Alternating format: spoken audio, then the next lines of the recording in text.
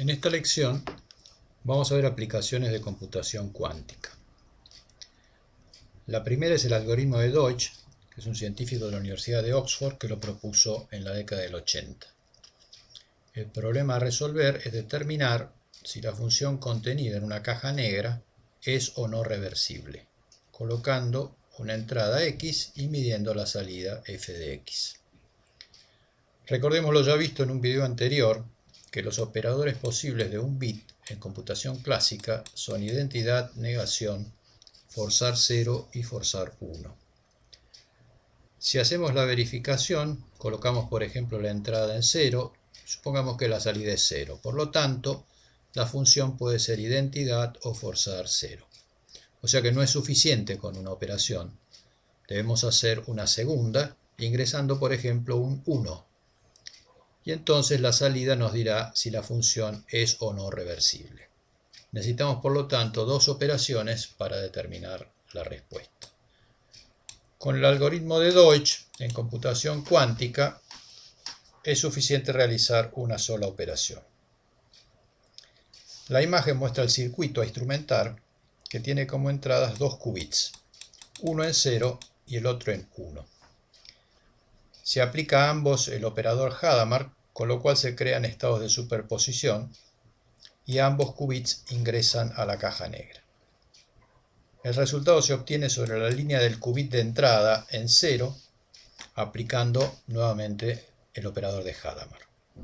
Si se mide un 1, la función es no reversible y 0 cuando efectivamente lo es.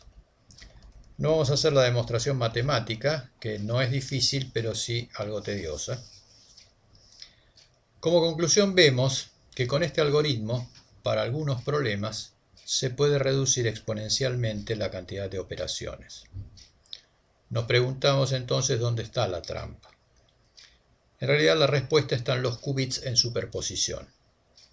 Mientras que en computación clásica tenemos solo dos valores, 0 y 1, los qubits en el proceso pueden adoptar una variedad de valores que da lugar a distintas probabilidades para el resultado. Cuando se realiza la medición, la variabilidad colapsa y el resultado será 0 o 1. El segundo caso que vamos a ver es el algoritmo de Grover, que es un científico indio que trabajó en Estados Unidos. La aplicación se utiliza para encontrar elementos en una lista no estructurada, esto es que no responde a ningún orden, está al azar. En computación clásica, para hallar un elemento en la lista, debemos recorrerla. Si tenemos buena suerte, encontraremos lo que buscamos inmediatamente, y si no es así, tendremos que recorrer la lista completa para hallar la respuesta. En promedio, si n es la cantidad de elementos de la lista, tendremos que hacer n sobre 2 comparaciones. Para resolver el problema en computación cuántica, se utiliza la técnica de incremento de amplitud. Recordando lo que vimos en lecciones anteriores, si realizamos el producto tensorial de dos qubits, p y q, el resultado es un vector de 4 elementos. El valor de cada uno de esos elementos es su amplitud. Y también sabemos que los cuadrados de las amplitudes son las probabilidades de cada estado, y su suma obviamente es 1. Si colocamos los dos qubits en nuestra esfera de Bloch simplificada, podemos inferir que realizando operaciones de rotación sobre alguno de los ejes, irá variando la amplitud de los distintos elementos.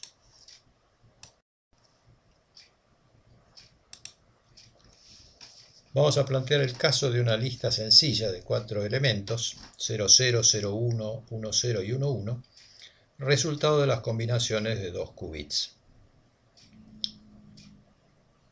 Planteamos un circuito con dos entradas, P y Q, a las cuales aplicamos el operador de Hadamard. Cualquiera que sea la combinación inicial, la aplicación de Hadamard generará superposición con amplitudes iguales para todos los estados. Supongamos que el elemento que queremos ubicar es 1, 1, una flecha verde en la imagen. En la esfera de los estados habrá dos ejes bien diferenciados, el que corresponde a la respuesta correcta, el estado 1,1, y el que corresponde a la respuesta incorrecta, que son los otros estados. El algoritmo para hacer la búsqueda consta de dos pasos. En el primero se produce un giro sobre el eje del resultado correcto, de manera tal de cambiar el signo de la amplitud del estado buscado.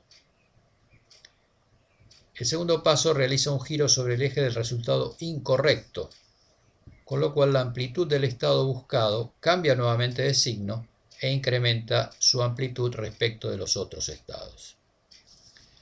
Este par de operaciones se repite obteniendo en cada etapa un nuevo incremento de la amplitud que implica que la probabilidad del estado aumenta cuadráticamente. Se demuestra que si se realiza la operación un número de veces igual a la raíz cuadrada del número de elementos n, se obtiene una probabilidad suficiente para asegurar el resultado correcto. Si por ejemplo n es 1.000.000, en computación clásica tendremos que hacer en promedio 500.000 operaciones, mientras que en computación cuántica solamente 1.000. En la imagen que se muestra aparece el circuito necesario, que como vemos está compuesto de compuertas, como las que vimos en las clases anteriores.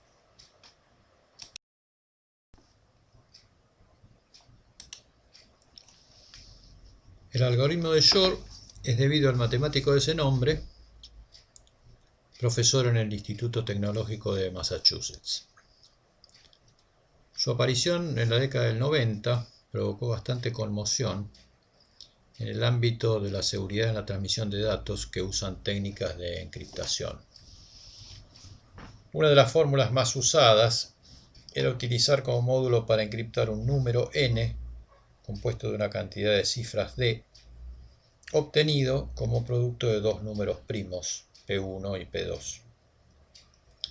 En forma resumida, para desencriptar es necesario averiguar los números primos que componen a n.